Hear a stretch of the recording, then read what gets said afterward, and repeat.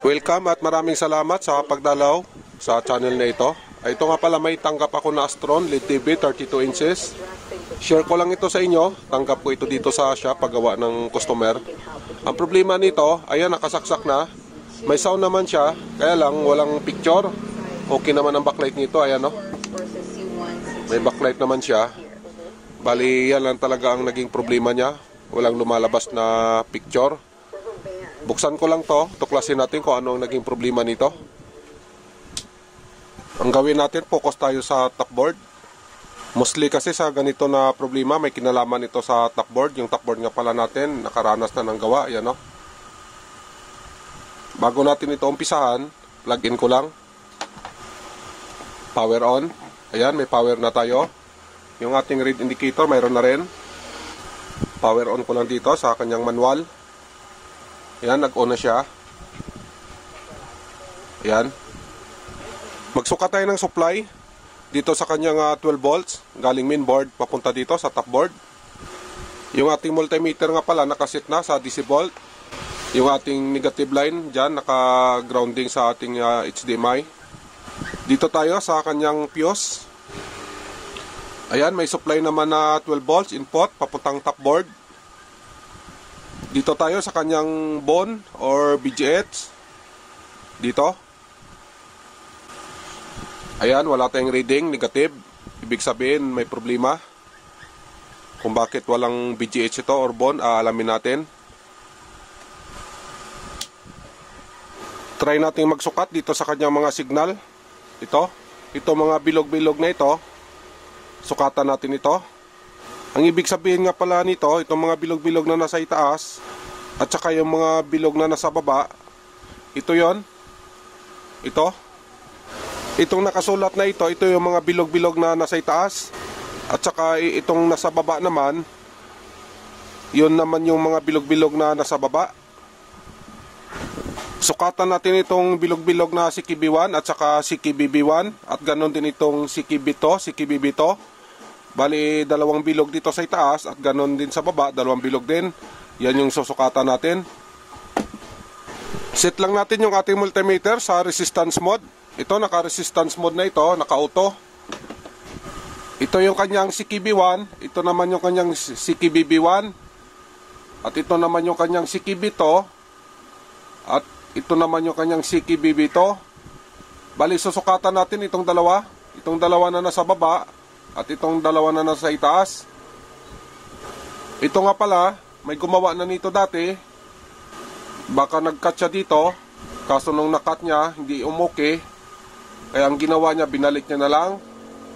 Bali ang nangyari, dito siya nag-cut sa kabila. Ito. Cut ito. Dito siya umuki. Kaya ganun ang nangyari. Pero dito na portion, wala pang cut dito. Nakat man ito dati pero binalik niya rin kasi wala dito ang problema. Ang problema dito sa kabila, ayan o, dito yung cut. Dito walang cut dito. Yun ang gawin natin, sukatan muna natin para ma-identify natin kung may problema dito sa kanyang signal. Itong dalawa na nasa baba at dalawa din dito sa taas. Unahin natin ang sa baba. Yan. Yan yung kanyang reading. Nasa 8 meg. Yan o. Yan, ibig sabihin okay ito. Lipat tayo sa itaas. Dito. Ito naman yung itaas natin. Ayan yung reading natin sa itaas. 482K. Yan. Yung una kanina, meg yun. Ito naman, 482K. Ibig sabihin may problema ito. Ayan o, yung itaas natin. Itong itaas natin, yan yung ating CKB2. Yung kanina namang nasa baba, yun yung ating CKB1. Ibig sabihin ang may problema, yung kanyang CKB2 at saka CKBB2. Ang gawin natin, i-reading natin ito, itong nakat dati. Focus ko lang. Sukatan natin to. Yan yung kanyang reading, 489K. Ibig sabihin, problema ito. Same lang sila sa reading doon kanina, doon sa CKB2 natin. Ibig sabihin, isa lang to sila. Kasi yung CKB1 at saka CKBB1 natin, okay naman yon. Mig ang reading noon. Itong CKB2 natin, ganito yung reading. Malamang ito, isa lang to sila. Ayan o. Ayan yung kinalabasan. Ayan. Ang gawin natin dito, na-cut ito, i-cut din natin siguro yung may problema doon sa kabila.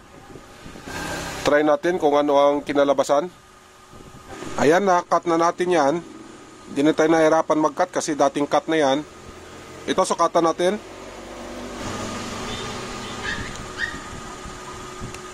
Ayan, yung kanyang reading. Mig na siya. Ibig sabihin, okay na ito. Check rin natin yung kabila.